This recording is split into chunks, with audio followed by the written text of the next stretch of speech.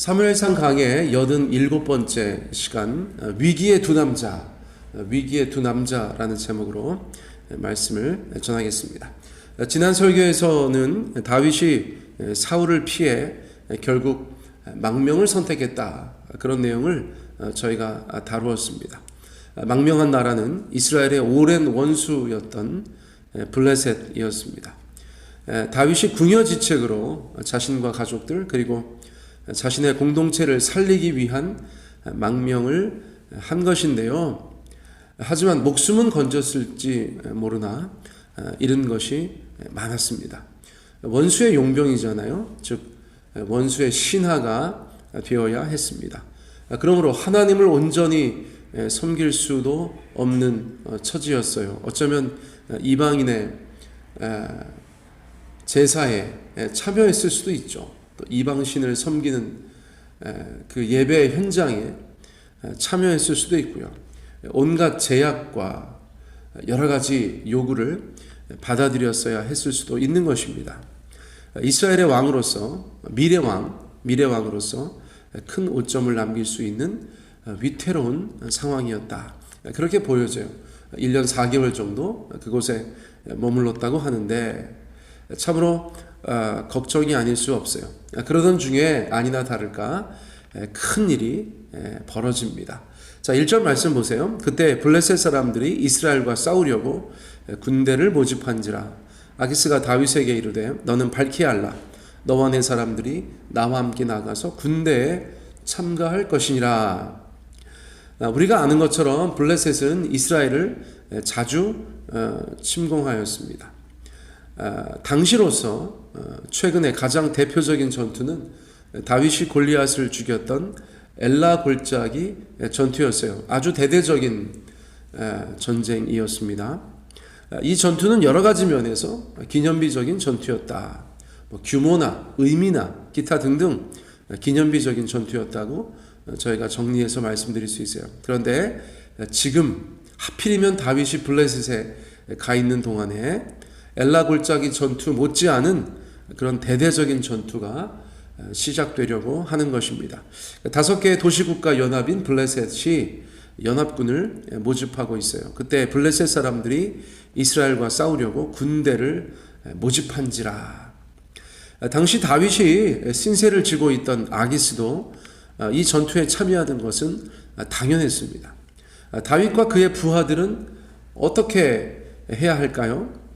그런데 선택의 여지가 없어 보여요. 아기스는 이 부분에 대해서 처음부터 다윗에게 분명히 말합니다. 너는 밝히 알아라. 딴 생각하지 말아라. 너한테는 여지가 없다. 너와 너의 사람들이 나와 함께 나가서 군대에 참가할 것이니라. 다시 말하면 이스라엘과 전쟁을 할 것이다. 다윗과 600명의 군사들, 아기스가 볼 때는 자신의 용병이니까요, 이스라엘과의 전쟁에 나아가야 한다고 그렇게 못 박는 것입니다. 아기스 입장에서는 당연한 것이죠. 이럴 때 쓰려고 그 많은 사람들을 거두어 준 것이니까요. 더욱이 그간 다윗이 거짓말을 했잖아요. 그동안 이스라엘 민족들과 불편했던, 사이가 좋지 않았던 아말렉 같은 그런 족속들을 공격하고 다녔으면서 아기스한테는 이스라엘 지역을 노략하고 왔다, 그렇게 계속해서 거짓말을 했기 때문에 아기스 입장에서는 당연히 다윗이 이스라엘의 원수가 되었다라고 생각하고 있었던 것이에요.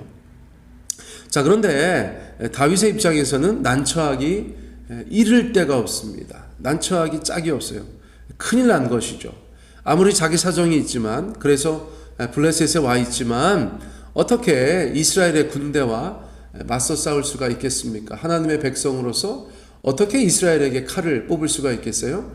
다윗 같은 경우는 자신의 부하들도 있을 수 있고 미래의 자신의 백성들인데 어떤 형태로든 이 전쟁에 관여하여서 블레셋의 용병으로 이스라엘을 대적한 것이 알려지면 그의 미래는 망가질 수밖에 없는 것이죠.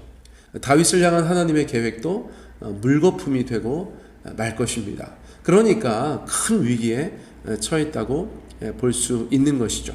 자, 2절 말씀, 다윗이 아기스에게 이르되 그러면 당신의 종이 행할 바를 아시리이다 하니 아기스가 다윗에게 이르되 그러면 내가 너를 영원히 내 머리 지키는 자를 삼으리라 하니라. 사안이 사안이니만큼 다윗의 대답은 애매합니다. 대답을 안 할 수는 없고 그렇다고 해서 아주 긍정적으로 분명히 말할 수도 없으니까 그러면 당신의 종이 행할 바를 아시리이다 이렇게 얘기했어요. 이게 무슨 말이죠?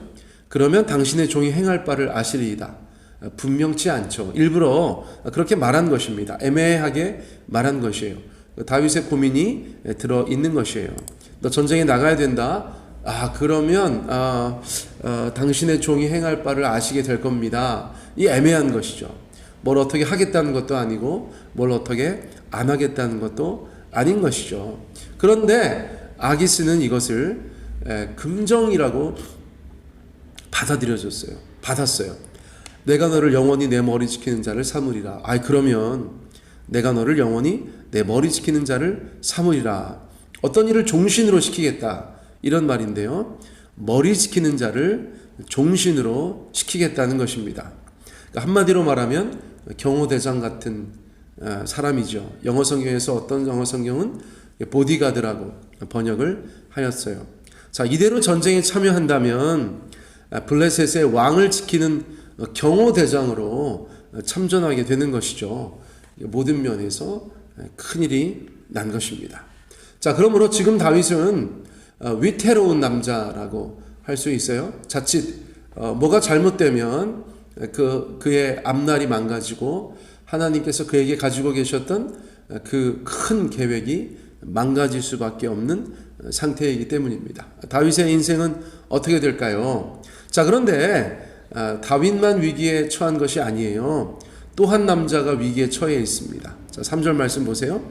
사무엘이 죽었으므로 온 이스라엘이 그를 두고 슬피 울며 그의 고향 라마에 장사하였고 사울은 신접한 자와 박수를 그 땅에서 쫓아내었더라.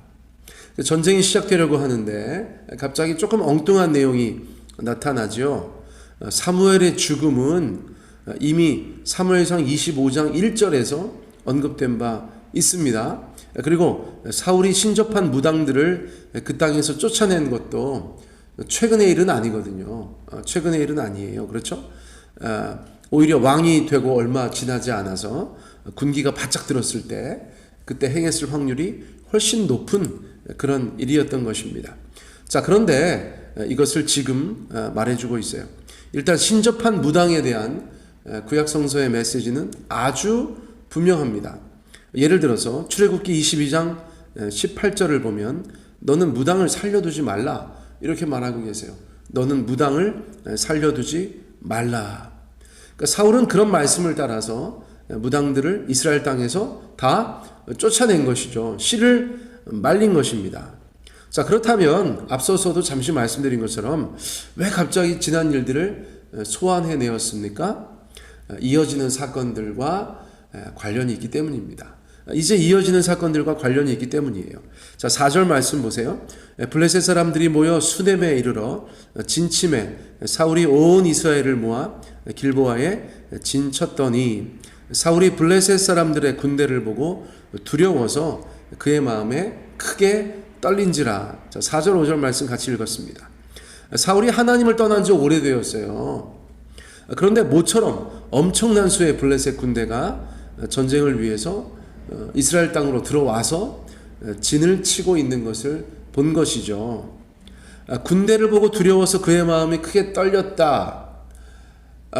안 그럴 수도 있잖아요. 성경 말씀에 보면 안 그럴 수도 있어요. 굉장히 담대하고 오히려 블레셋 군대가 이스라엘의 군대를 보고 두려워서 그의 마음이 크게 떨린지라 이런 식의 말씀들은 있을 법도 하잖아요. 또 있었고 그런데 오늘은 아니라는 것이에요. 사울은 지금 하나님을 떠나 있고 또 하나님이 자기를 떠나 계신 것을 알기 때문에 블레셋의 군대를 보자 두려움이 엄습했어요. 그 두려움이 찾아오니까 그의 마음이 크게 떨렸다는 것입니다. 요동했다는 것이에요. 난리가 났어요. 그 담대함이 사라졌습니다. 그 자신감도 사라졌어요. 자, 두렵고 떨리니까 당연히 무엇인가 의지하고 싶은 것이죠. 예전 같았으면 하나님을 의지했겠죠. 자, 지금도 마찬가지입니다. 어떻게든 해보려고 하는 것이에요. 6절 말씀 보세요. 사울이 여호와께 묻자오되 여호와께서 꿈으로도 우림으로도 선지자로도 그에게 대답하지 아니하심으로. 자, 묻자오되 누구한테 물었어요? 하나님께 물었어요. 하나님, 이 전쟁에 나아갑니까? 이 전쟁에서 이기겠습니까? 제가 어떻게 하겠습니까? 예전 같으면 꿈으로나 우림과 둠밈으로나 또는 선지자를 통하여서 그래, 이렇게 해라 저렇게 해라 인도해 주셨을 터인데, 자, 이번에는 어떻게 되었다는 것이에요? 대답하지 아니하셨다는 것이에요. 하나님께서 대답하지 아니하셨다는 거예요. 자기가 할 수 있는 모든 응답의 통로들을 가동했어요. 그러나 그에게 대답하지 아니하심으로. 왜요? 하나님께서 사울을 떠나셨기 때문입니다. 사울의 물음에 답하지 않은 것은 그러므로 분명히 징벌적인 요소가 있는 것이에요. 사울의 지난 삶과 신앙에 대해서 하나님께서 징벌하는 면도 분명히 있는 것입니다. 자, 그런데 이런 면도 있어요. 어떤 면이 있어요? 꿈은 내 마음대로 꿀 수 있는 게 아니죠. 그렇죠? 자, 그러니까 그거는 어쨌거나 빼놓는다고 해도, 예를 들어서 우림과 둠밈 대제사장이 가지고 다니면서 하나님의 뜻을 분별했었던 거룩한 성물인데, 이것은 제사장들의 도구였잖아요. 그런데요, 사울은 제사장들을 다 죽였잖아요. 자기 손으로 죽였어요. 우림과 둠밈을 가지고 다윗에게 가버렸잖아요. 하나님의 응답을 기대하는 것은, 적어도 우림과 둠밈을 가지고 하나님의 응답을 기대하는 것은 앞뒤가 맞지 않는 것이라는 거예요. 사울이 제사장들을 다 죽였어요. 적어도 85명 그렇게 죽였어요. 그런데 제사장들의 도구인 우림과 둠밈을 가지고 어떻게 하나님의 음성을 들을 수가 있겠어요? 또 사무엘도 죽은 마당에, 그래서 다른 선지자들도 사울에 대해서 인정하지 않고 다 다윗을 따라가는 상황에서 누가 사울을 위해서 하나님의 말씀을 대언해 주겠어요? 자, 앞서 말씀드렸습니다. 응답이 전혀 없는 것은 하나님의 징벌의 측면이 있다고 말씀드렸어요. 그러나 또 다른 면에서는 사울이 하나님의 응답의 통로들을 스스로 막아버린 그렇게 잘못한 면도 있다는 것입니다. 그 모든 어려움을, 그 모든 답답함을 자초한 면이 있다는 것이죠. 사울이 하나님을 떠나지 않았다면, 꿈으로 말씀하셨을 거예요. 제사장들을 죽이지 않았다면, 또 선지자들과 잘 지냈다면 오늘의 이러한 막막함은 없었을 것입니다. 혹시 내 삶과 신앙에 여러분 스스로 자초해서 생긴 어려움은 없습니까? 내가 막아버린 축복의 통로는 없습니까? 내가 막아버린 응답의 통로는 없습니까? 저희가 한번 생각해 볼 일이다. 그렇게 도전해 드려요.